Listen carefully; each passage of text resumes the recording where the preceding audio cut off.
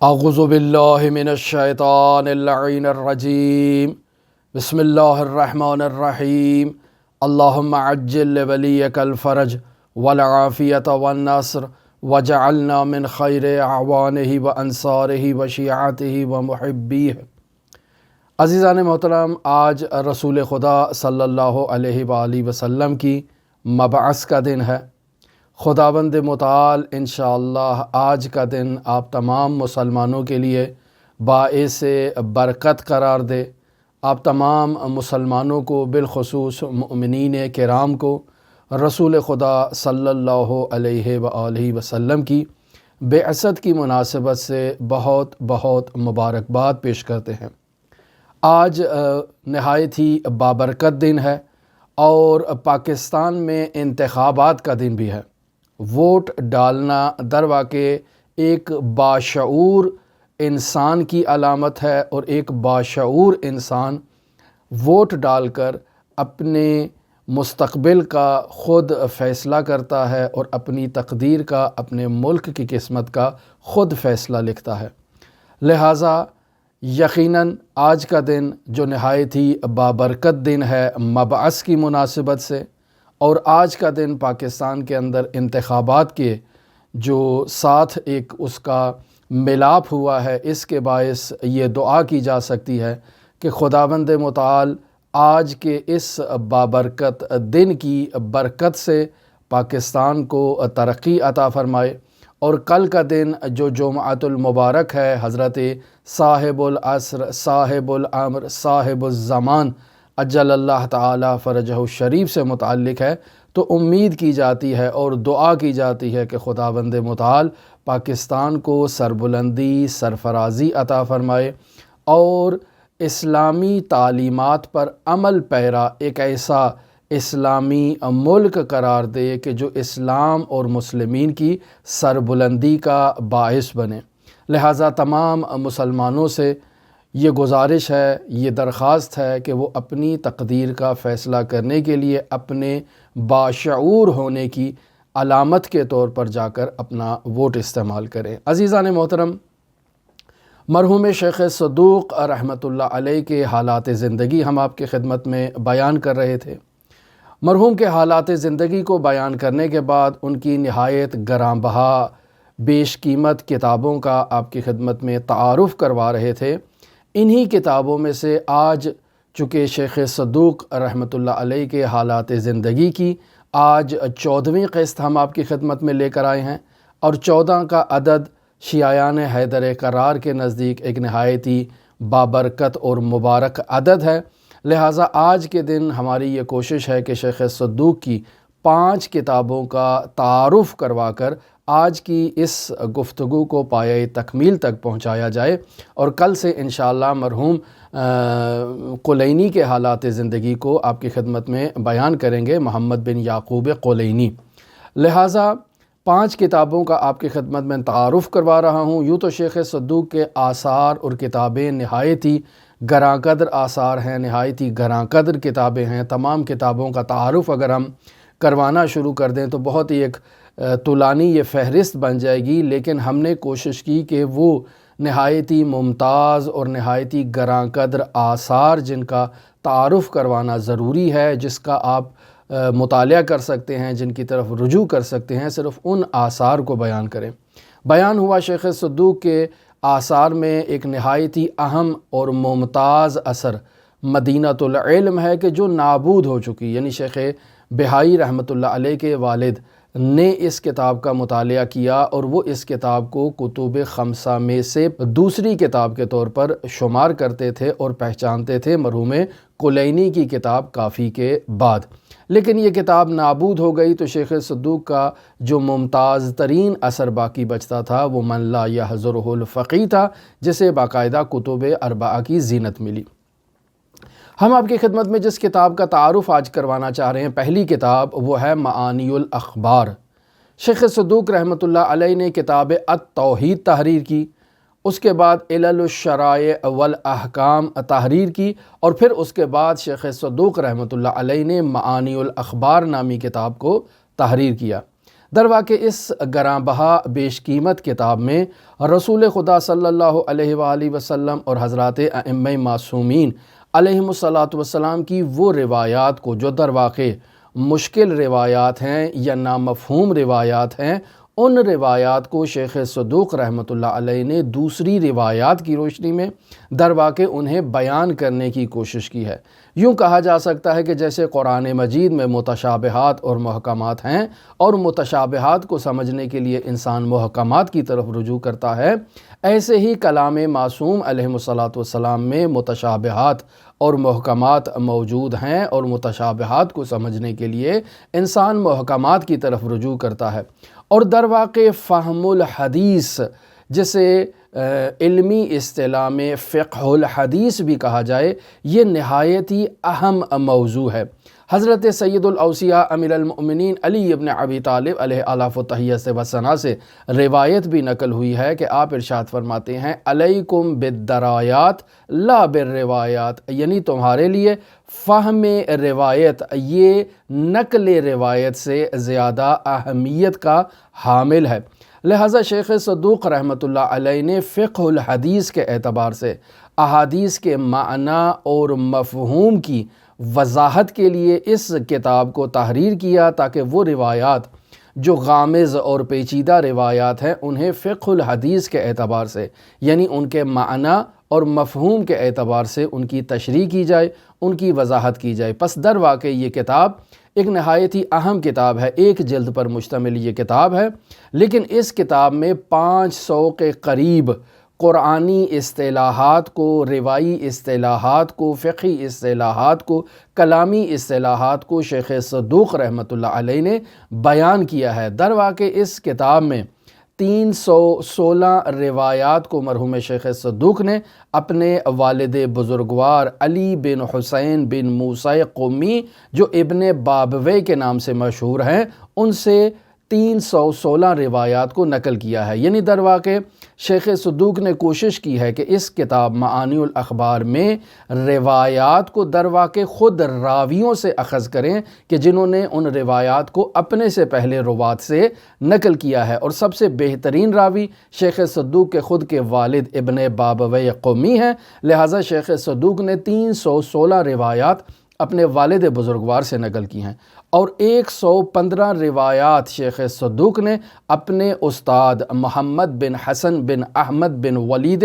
قمی سے نقل کی ہیں، اور شیخ صدوق کے حالات زندگی میں ان کے والد کے بعد ان کے یہ استاد ابن ولید قمی یہ نہایت ہی اہمیت کے حامل ہیں۔ پس در واقع یہ کتاب جو معانی الاخبار ہے، اس کتاب میں 500 جو علمی اصطلاحات ہیں جنہیں شیخ صدوق نے بیان کیا ہے، لیکن انہیں 429 ابواب کے تحت بیان کیا ہے۔ اس کتاب میں جو روایات موجود ہیں وہ 837 روایات ہیں، لیکن ان میں تکراری روایات بھی موجود ہیں، یعنی 789 کا عدد ایک ایسا عدد ہے جو تکرار کے بغیر روایات ہیں، لیکن باقی جو روایات ہیں وہ دوسری روایات کی تشریح کے طور پر انہی کے ذیل میں بیان ہوئی ہیں۔ اور یہ کتاب اس قدر اہمیت کی حامل ہے کہ اس کتاب سے علماء نے اپنی کتابوں میں جو ہے وہ آثار کو نقل کیا ہے، احادیث کو نقل کیا ہے۔ بار بار یہ کتاب فارسی زبان میں ترجمہ ہوئی، بار بار پبلش ہوئی۔ یہ خود اس بات کی دلیل ہے کہ کتاب معانی الاخبار علماء کے نزدیک نہایت اہمیت کی حامل کتاب ہے۔ عزیزان محترم، دوسری کتاب جسے میں آپ کی خدمت میں تعارف کروانا چاہوں، در واقع یہ 2 کتابیں ہیں، صفات الشیعہ اور فضائل الشیعہ۔ یہ 2 الگ الگ کتابیں ہیں، لیکن آج کل مارکیٹ میں یہ ایک کتاب کے اندر پبلش کی جاتی ہیں۔ در واقع دونوں کتابیں نہایت ہی مختصر کتابیں ہیں۔ مرحوم شیخ صدوق رحمۃ اللہ علیہ نے صفات الشیعہ نامی کتاب کو تحریر کیا کہ جس میں انہوں نے حضرت سید الاوصیاء امیر المؤمنین علی ابن ابی طالب علیہ آلاف و تحیّت و ثنا کے شیعوں کی اخلاقی خصوصیات کو بیان کیا ہے۔ در واقع یہ کتاب اس قدر اہمیت کی حامل کتاب ہے کہ علماء شیعہ، فقہائے شیعہ اس کتاب کو نہایت ہی اہمیت کی دید سے مشاہدہ کیا کرتے تھے۔ اس کتاب یعنی صفات الشیعہ کی روایات کو اپنی کتابوں میں نقل کیا کرتے تھے۔ یوں تو اس کتاب میں موجود روایات کی تعداد 71 ہے، لیکن اگر اس کتاب میں موجود جو موضوعات ہیں ان موضوعات کی طرف اگر آپ توجہ فرمائیں تو نہایت ہی گراں قدر موضوعات ہیں اخلاقی نوعیت کے اعتبار سے۔ مثلا حضرات اہل بیت علیہم السلام کی شیعوں کی صفات کو بیان کیا جا رہا ہے۔ مکتب اہل بیت علیہم السلام کے بنیادی شرط کیا ہے؟ ولایت اہل بیت علیہم السلام کا اگر کوئی دعوے دار ہے اور اہل بیت علیہم السلام سے محبت کا اگر کوئی شخص اعلان کرتا ہے تو اسے جان لینا چاہیے کہ حضرات اہل بیت کی روایات کی روشنی میں ولایت اور محبت صرف متقین سے خداوند متعال قبول فرمائے گا۔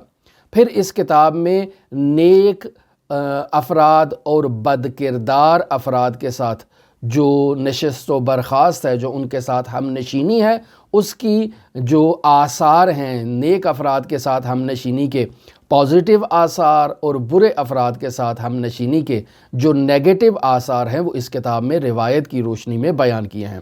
پھر اس کے علاوہ وہ افراد کے جو اپنے اعتقادات میں شک و تردید کا شکار ہیں، ایسے افراد کے ساتھ ہم نشینی کے کیا برے آثار انسان کے اوپر مرتب ہو سکتے ہیں، وہ اس کتاب میں روایات کی روشنی میں بیان کیا گیا ہے۔ انسان کسی ناسبی کی اگر تعریف کرے تو روایات میں ایسے شخص کے بارے میں کیا بیان کیا گیا ہے۔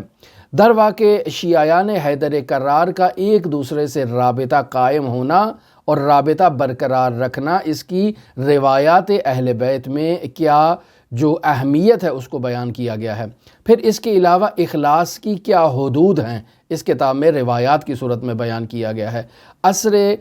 غیبت صغریٰ، عصر غیبت کبریٰ میں کہاں کہاں تقیہ کرنا ضروری ہے اور تقیہ کرنے کی کیا اہمیت ہے، اسے بیان کیا گیا ہے۔ اہل بیت کے علاوہ وہ افراد جو اہل بیت سے جن کا کسی قسم کا تعلق نہیں ہے، ان افراد کی پناہ لینا روایات میں اس کا کیا مقام بیان کیا گیا ہے۔ پھر مومن در واقع نور ہے، یہ روایات کی روشنی میں بیان کیا گیا ہے۔ پھر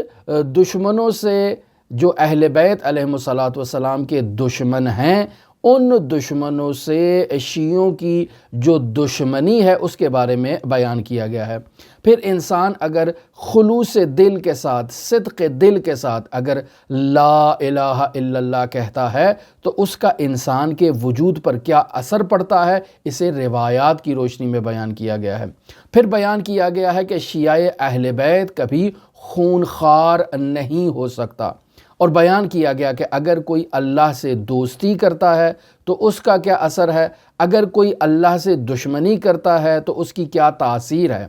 تشیع میں وہ افراد کے جو شیعہ ہیں، جو حقیقی معنی میں شیعہ ہیں، ان کے تشیع کے آثار ان کے چہرے سے نمایاں ہوتے ہیں، وہ ان کا چہرہ دیکھ کے پہچان سکتے ہیں کہ یہ شخص اہل بیت علیہم السلام کی محبت کا دم بھرنے والا شخص ہے۔ اہل بیت علیہم السلام سے محبت کا دعویٰ کرنے والے افراد کی زندگی میں کیا خطرات ہیں، اسے باقاعدہ روایات کی روشنی میں بیان کیا گیا ہے۔ حضرات اہل بیت علیہم السلام کے شیعوں کا اخلاق کیسا ہونا چاہیے، اسے روایات میں بیان کیا گیا ہے۔ خطبہ حمام میں امیر المؤمنین علی ابن ابی طالب اپنے شیعوں کے آثار کو بیان کر رہے ہیں، اس کتاب میں ان آثار کو بیان کیا گیا ہے۔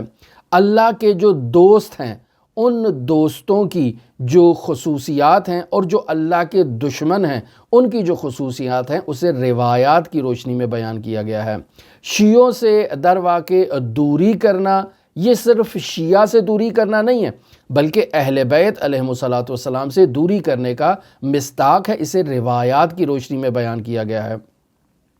پھر وہ معاشرہ جس میں شیعہ موجود ہوں، وہ معاشرے میں موجود شیعہ در واقع اس معاشرے کا بہترین مصداق قرار پاتے ہیں، ممتاز ترین شخصیات ہوتی ہیں روایات کی روشنی میں، یعنی ان کا کردار اہل بیت علیہم السلام کے کردار کی جھلک ہوتا ہے۔ پھر اس کتاب میں دیندار افراد کی خصوصیات کو بیان کیا گیا ہے۔ اس کتاب میں وہ معروف روایت کی جس میں بیان کیا جاتا ہے المؤمن کالجبل الراسخ، باقاعدہ اس موضوع پر تفصیل سے گفتگو کی گئی ہے کہ مومن ایک استوار پرصلابت پہاڑ کی مانند ہوتا ہے۔ مومن میں اللہ کی 3 سنتیں پائی جاتی ہیں، روایات کی روشنی میں اسے بیان کیا گیا ہے۔ سب چیزوں کا مومن کے سامنے اظہار عجز کرنا، مومن کے سامنے عاجز ہونا روایات کی صورت میں بیان کیا گیا ہے۔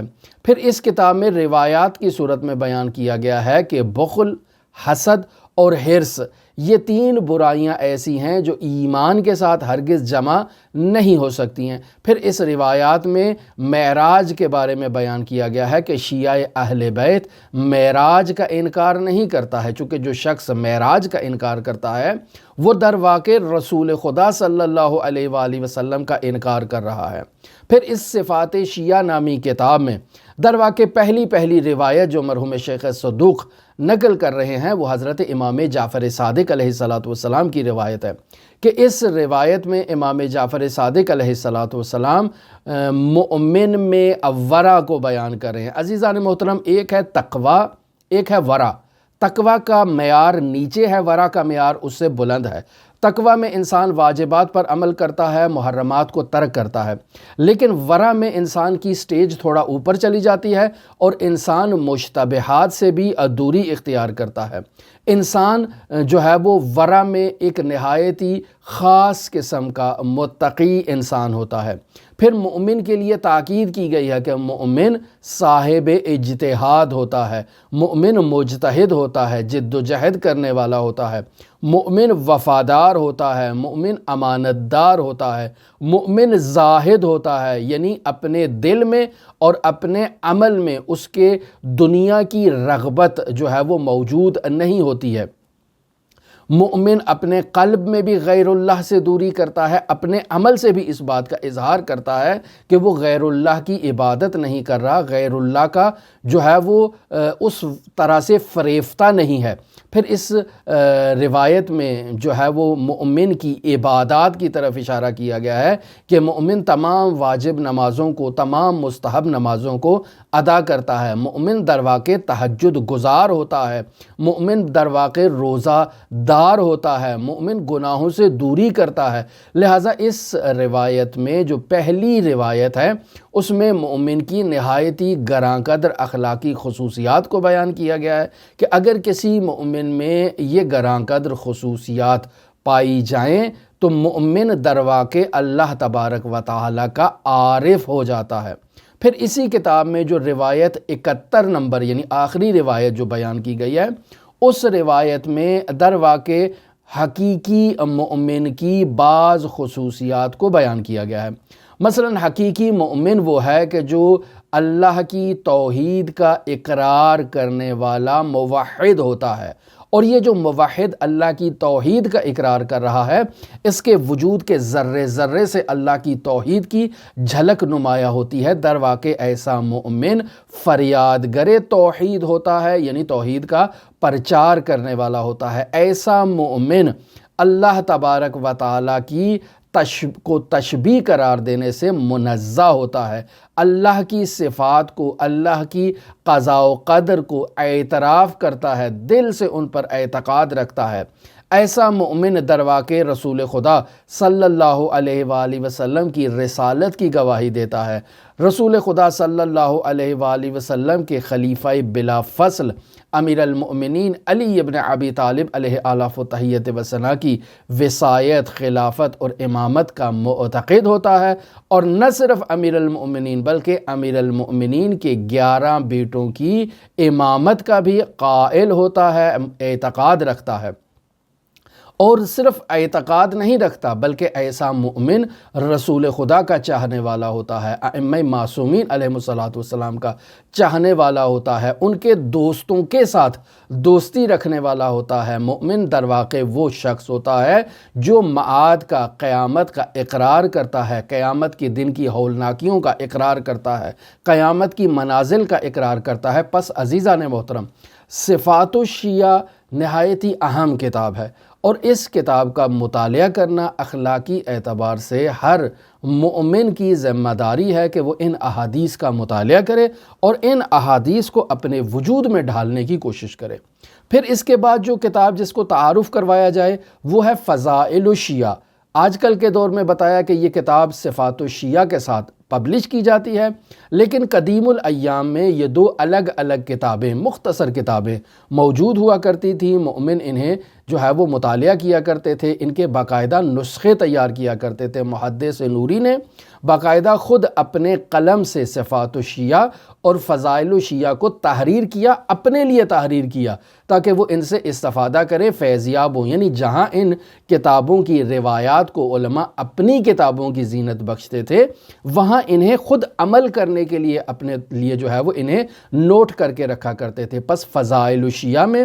ٹوٹل 45 روایات موجود ہیں کہ جن روایات میں حضرات محمد و آل محمد علیہم السلام کے شیعوں کے فضائل کو بیان کیا گیا ہے۔ شیعہ کی فضیلت کیوں ہے عزیزان محترم؟ چونکہ شیعہ در واقع وہ طبقہ ہے کہ جو رسول خدا صلی اللہ علیہ وآلہ وسلم کی مظلومانہ شہادت کے بعد حضرات اہل بیت علیہم السلام پر جو مظالم ہوئے، جو ظلم و ستم ہوا، شیعہ در واقع وہ طبقہ ہے کہ جو رسول خدا صلی اللہ علیہ وآلہ وسلم کی مظلومانہ شہادت کے بعد رسول خدا کے اہل بیت کے ساتھ آ کر کھڑا ہوا اور اہل بیت کا پشت پناہ قرار پایا۔ پس رسول خدا صلی اللہ علیہ وآلہ وسلم پر جو ظلم ہوا، یعنی ان کی شہادت کی صورت میں، اور جو ظلم ہوا کہ اصحاب رسول خدا صلی اللہ علیہ وآلہ وسلم کے جسد اطہر کی آخری رسومات کی ادائیگی کو چھوڑ کر اپنے مستقبل کا فیصلہ کرنے کے لیے چلے گئے، اور باقاعدہ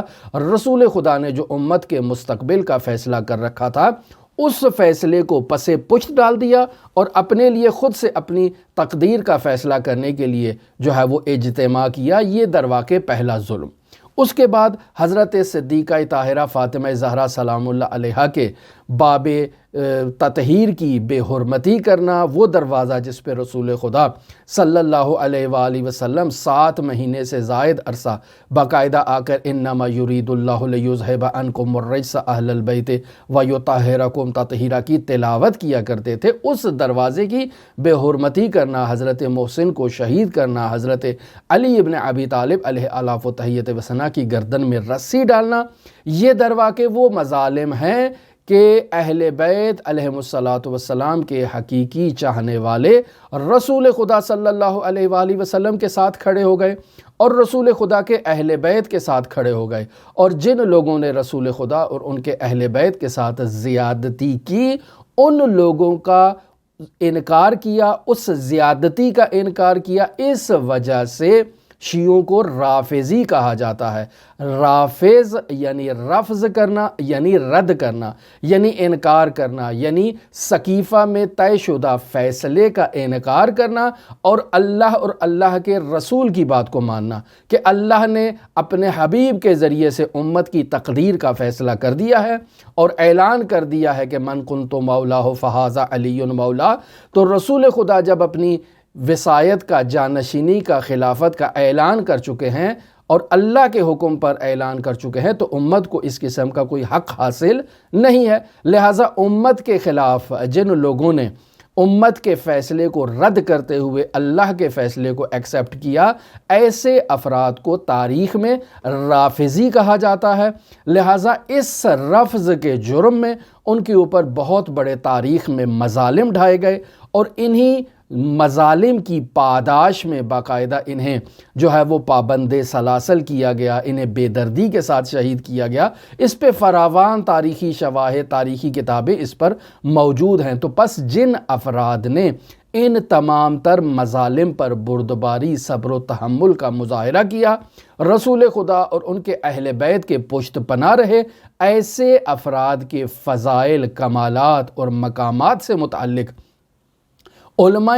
اہل بیت علیہم السلام نے روایات کو جمع کیا ہے۔ اس دور میں روایت کو جمع کیا ہے کہ جب نقل روایت پر پابندی تھی، کسی شخص کو حق حاصل نہیں تھا کہ وہ رسول خدا کی روایت کو نقل کرے۔ ایسے دور میں علماء شیعہ نے فقہائے شیعہ نے اور رسول خدا کے آثار کی حفاظت کی، رسول خدا صلی اللہ علیہ وآلہ وسلم کے اہل بیت کے آثار کی حفاظت کی، ان آثار کو حفظ کیا، ان آثار کو سینہ بسینہ منتقل کیا، ان آثار کو آئندہ امت تک منتقل کیا، اور انہی آثار میں ایسے شیعوں کے فضائل اور کمالات کو بیان کیا گیا ہے کہ جنہوں نے اہل بیت علیہم الصلاۃ کے ساتھ جو ہے وہ پائیداری کا مظاہرہ کیا۔ تو پس ان روایات میں در واقع امیر المؤمنین علی ابن ابی طالب علیہ آلاف و تحیت و ثنا کے چاہنے والوں کے مقام کو بیان کیا گیا ہے۔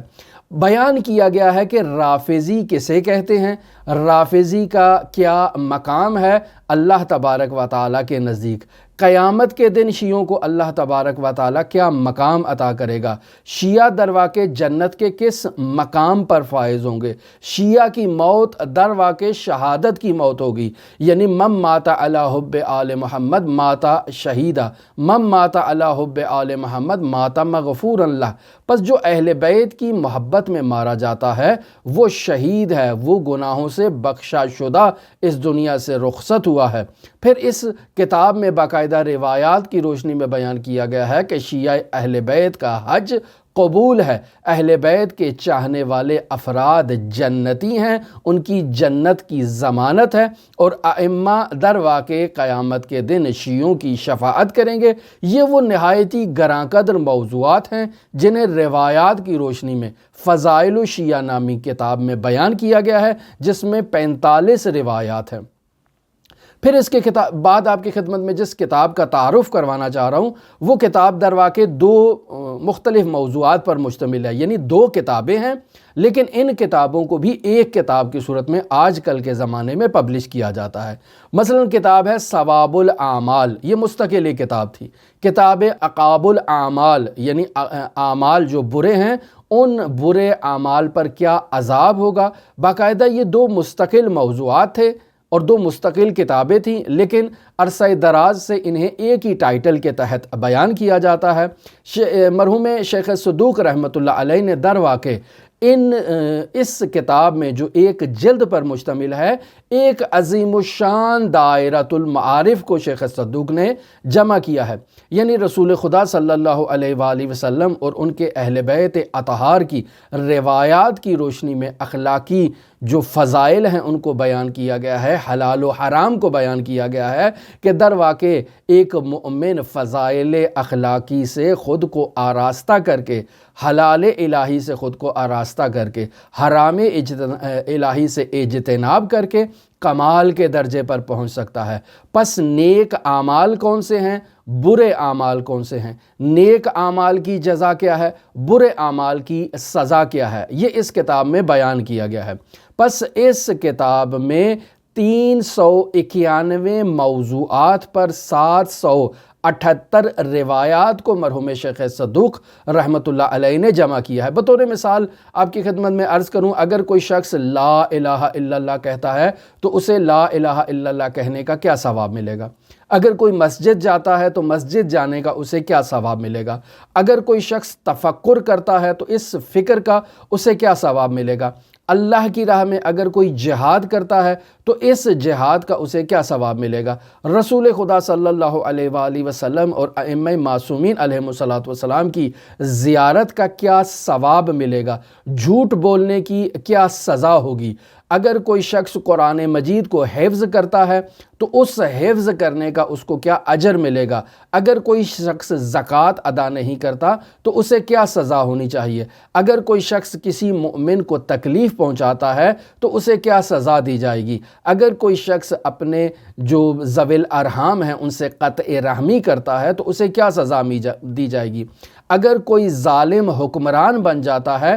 تو ایسے ظالم حکمران کی کیا سزا ہے؟ اگر کوئی شخص امر بالمعروف اور نہی عن المنکر کو ترک کرتا ہے تو اس کی کیا سزا ہوگی؟ یہ کتاب بھی ایک نہایتی اہم کتاب ہے شیخ صدوق رحمۃ اللہ علیہ کے آثار میں، اور علماء کرام در واقع شیخ صدوق کے تمام آثار کو نہایتی اہمیت کی نگاہ سے دیکھتے ہیں اور شیخ صدوق کے تمام آثار سے روایات کو نقل کرتے ہیں۔ بطور خاص یہ کتابیں جن کا تعارف ہم آپ کی خدمت میں بیان کر چکے، یہ نہایتی گراں بہا کتابیں ہیں شیخ صدوق کے آثار میں۔ ہماری آج گفتگو شیخ صدوق پر پائے تکمیل تک پہنچی۔ ہم دعا کرتے ہیں کہ خداوند متعال مرحوم شیخ صدوق کے درجات کو عالی سے متعالی فرمائے، خداوند متعال شیخ صدوق کی قبر کو نورانی کرے اور ان کی ان گراں بہا آثار سے ہمیں فیض حاصل کرنے کی توفیق عطا فرمائے۔ ہماری دعا ہے کہ خداوند متعال آج کے اس بابرکت دن اور پاکستان میں جو انتخابات ہو رہے ہیں، خداوند متعال آج کے اس بابرکت دن میں پاکستان کے مستقبل کو روشن قرار دے اور اسلامی ریاست میں اسلامی تعلیمات پر عمل کرنے والا ایک ملک قرار دے کہ جو در واقع اسلام اور مسلمین کی سربلندی کا باعث بنے۔